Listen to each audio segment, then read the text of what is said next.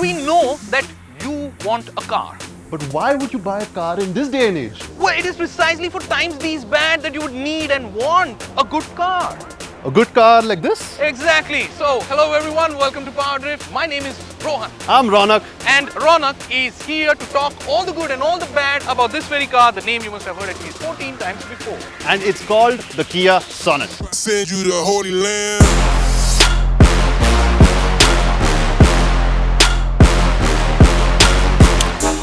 I'll talk about the thing that's most apparent, where you spend most of your time, which is the interiors. And I'm going to be discussing something that's important to you and to me, something that drives us forward, the engines and the gearboxes. Yes, but before either one of us starts to talk, let's just spend a moment looking at the car where the car really does the talking.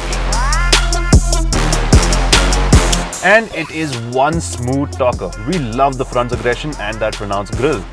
It makes the car look imposing and welcoming somehow, all at the same time. The silhouette makes you feel like the Sonet's bigger than it looks, and the squat, muted rear looks great. Now, Kia being Kia, they have filled the interiors of this car to the brim. The first thing you notice when sitting in the driver's seat is this beautiful instrument cluster. Not all of it is digital, the speedometer is digital, but then the tachometer is rightfully having a needle that all enthusiasts will love. And then there is a 4.5 inch MFD display. And speaking of inches, there is a big 10.25 inch touchscreen out here that operates 90% of the car's functions. Yes, you heard it right. You have ventilated front two seats. Now, you'll never have a sweaty back when you got cool seats. Now, while most of us would be fighting to grab the front two seats here in the Kia Sonet, some of your family members would want to be sitting in comfort here at the back, and two of them certainly can. You get a center armrest, coffee cup holders, all very standard, rear AC vents, very standard. What is not standard, of course, is the fact that you have an air purifier, which is not an add-on in the car. It's integrated in the air conditioner unit.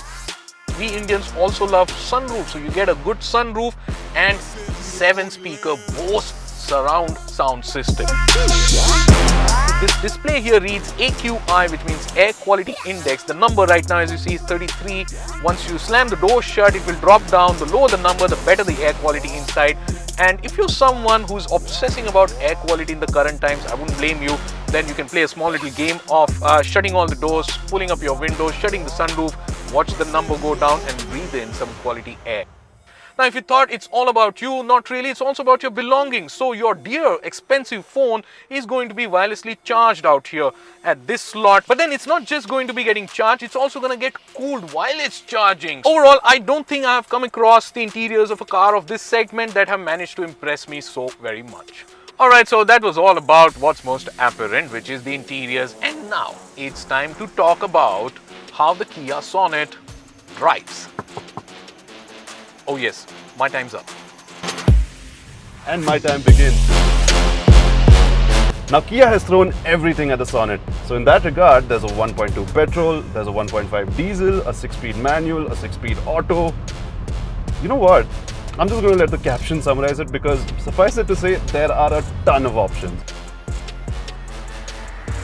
The one I'm driving is the 1-liter turbo petrol with the 6-speed IMT. And the biggest question is, how is it to live with? No complaints whatsoever. This is a great car for someone who's just learning how to drive. For someone who has been driving for a while though, it will take you all of exactly 10 seconds to learn how to live with that IMT. Initially, I thought there'll be a lot of guesswork with the IMT, but as it turns out, the shifts are super smooth. My only sticking point with it is that at crawling speeds, it tends to be a slightly jerky affair.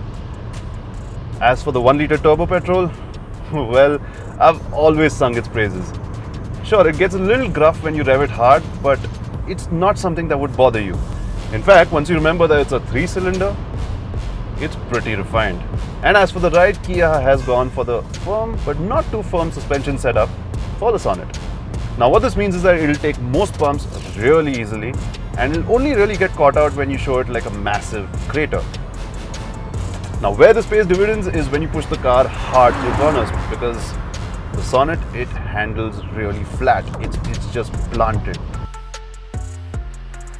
Okay, before this we've seen Rohan sitting at the back, and quite comfortably at that. But honestly, I think this is the seat that you'd want to be in the Sonet. And finally, and this is the big one, would the Kia Sonet give you that ability, that status, to go to your friends and gloat and say, I've arrived in life? Okay, let me put it this way. The Kia Sonet would be a car that you'd be proud to own. Heck, I'd be proud to own it. Have you noticed? Right in the beginning, we said we'll be talking good and bad about the car. But we haven't really said anything bad about the car. Exactly. Well, maybe that's how good the car is to us today. By the time it does get launched, which is by 18th September, there could be something very bad about it, namely the pricing. But the way Kia is handling things, it doesn't seem likely that they're going to mess up the price. And we're guessing it's going to be anywhere between 7 and 13 lakh. And with that said, I think it's time up, not just for Raunak, you and I, but also for our first drive impressions of the very lovely, beautiful Kia Sonet. We hope to pit it against its competition sometime very soon when we do come out with a comprehensive review. For that, of course, you'll have to subscribe to the channel. It's called PowerDrift. Goodbye. Good night. Goodbye. All right. See you. Take care. All right.